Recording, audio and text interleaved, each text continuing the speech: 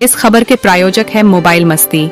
अब स्मार्टफोन खरीदना हुआ और भी आसान, बिना ब्याज के आसान किस्तों पर मोबाइल नंबर 9928587182 और आहार कार्ट एप्लीकेशन अपने मनपसंद की खाने की चीजें मंगवाए घर बैठे। प्ले स्टोर से डाउनलोड करें आहार कार्ट एप्लीकेशन।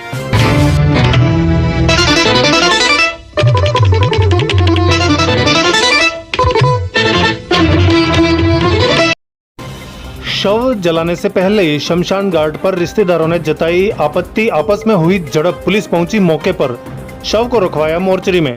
सागवाड़ा डूंगरपुर जिले के सागवाड़ा नगरपालिका अंतर्गत पुनर्वास कॉलोनी निवासी मुकेश पुत्र हेमंत जोशी उम्र 35 वर्ष ने पुलिस थाना सागवाड़ा में रिपोर्ट दर्ज करवाकर बताया कि उसके पिताजी हेमंत पुत्र सुखराम जोशी उम्र 55 वर्ष, जो पिछले 2 दिन से पारिवारिक विवाद होने के चलते घर नहीं आ रहे थे। उसने बताया कि उसके पिताजी 2 दिन से कॉलोनी में घूम रहे थे।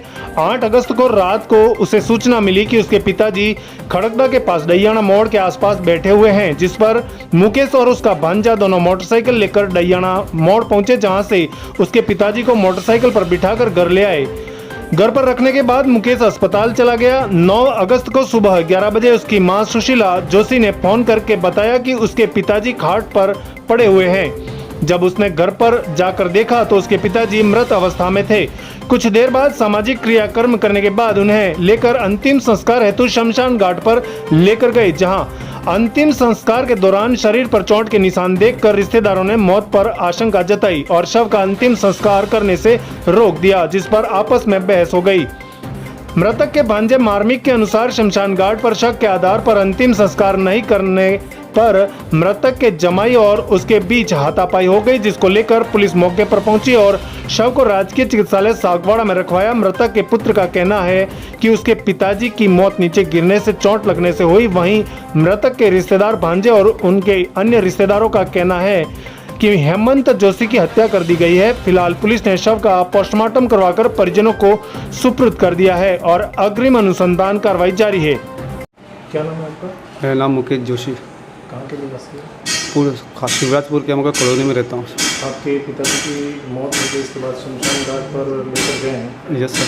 वहाँ पर क्या मामला हुआ और क्यों अस्पताल में लेकर आए, फिर वापस मोर्चरी में शव रखवा दिया, क्या मामला? सर एक्चुअली हमको उसको शहनाज कहता हम लोग, क्या अब तो उसको कपड़े निकल हम लोग उसको धुलाते हम लोग, तभी देखा था वो चोटें खड़ी हुई थी उनकी, चोटें दिखी। फिर उन्होंने हमारे मेरे बुआ के लड़के लोग हैं, उन्होंने सब कुछ देखा, पूरा गाँव वाले थे हमारे समाज के, वो सब लोग देखा। फिर वहाँ के वहाँ पुलिस आई, पुलिस को बुलाया, बोला कोई सीनाज करना पड़ेगा तो कह के यहाँ पर हॉस्पिटल में लेके आए उनकी जाँच करने के लिए। आप जैसा बता रहे हैं कि आपके पिताजी को शमशान घाट पर ले जाकर कपड़े खोले, वहाँ पर आपको चोट मालूम पड़ी। Yes sir. इससे पहले आपको कैसे ज्ञात हुआ कि वो चोटें थी? एक्चुअली सर मैं था हॉस्पिटल में जॉब करता हूँ, वहाँ पे मैं हॉस्पिटल में सिस्टर एडमिट है आईसीयू में, तो मैं वहाँ पे गया था, वहाँ पे रहता 2-3 दिन से वहाँ पे था। तो वहाँ से फिर जब मैं सिस्टर की डेट हुई थी, मेरे फादर घर पे आए नहीं, पूरा दिन पूरा मोहल्ले में चारों तरफ घूम रहे थे। फिर शाम हुई, रात 8-9-10 बजे तक फ़ोन आया मेरी मम्मी का, तेरे फादर यहाँ पे है नहीं, ढूंढे हम लोग मिल नहीं रहे। मगर मेरा सामने वाला एक बंदा है, उसने वो देखा और जा रहे थे गलियाकोट बाजू। तो मम्मी का आके इन्फॉर्म किया, तो आपको मामा जी वहाँ पे गलियाकोट जा रहे अकेले वो घूमते गिरते जा रहे सब बोला मेरे को। फिर मेरी मम्मी ने मेरे को कॉल किया हॉस्पिटल से, तेरे पापा गलियाकोट जा रहे तो थोड़ा यहाँ घर पे आ। मैं घर पे आया, फिर वहाँ से भी बाइक लेके मेरे भांजा दोनों बाइक लेकर उनको लेने गए, तो रोड के बाजू में हमारे साइड में बैठे हुए थे ऐसा करके। कौन से जगह बैठे थे? डैयाना मोड़ पे। मोड़ पे कितने बजे? 10 बजे के ऊपर हो गया सर। फिर इसके बाद क्या हुआ? उसके बाद उनको खड़ा किया, तो खड़ा नहीं पता, हाथ पकड़ खड़ा किया, हाथ पर उनको दर्द जैसे हो रहा था। तो क्या हुआ, मैं गिर गया, लग गया सब। ठीक है चलो, सभी बाइक बैठो, तो बाइक में बैठा नहीं जा रहा। फिर बाइक में झुकाया, फिर बैठे, फिर उनको घर पे लेकर छोड़ के वापस हॉस्पिटल चले गया मैं। उसके बाद आगे क्या हुआ मेरे को नहीं पता सर। आप घर पे थे? हाँ सर, घर पे ही थे? तो हॉस्पिटल था, हॉस्पिटल बाद में घर पे उनको छोड़ा, फिर हॉस्पिटल गया। वापस हॉस्पिटल गए? Yes sir. अभी आपने पुलिस में क्या कार्रवाई की? कोई जो जहाँ से आएगी रिपोर्ट आएगी, उसका आधार पे पता चलेगा सर। वो नहीं, आपने क्या मांग की, क्या रिपोर्ट दिया आपने?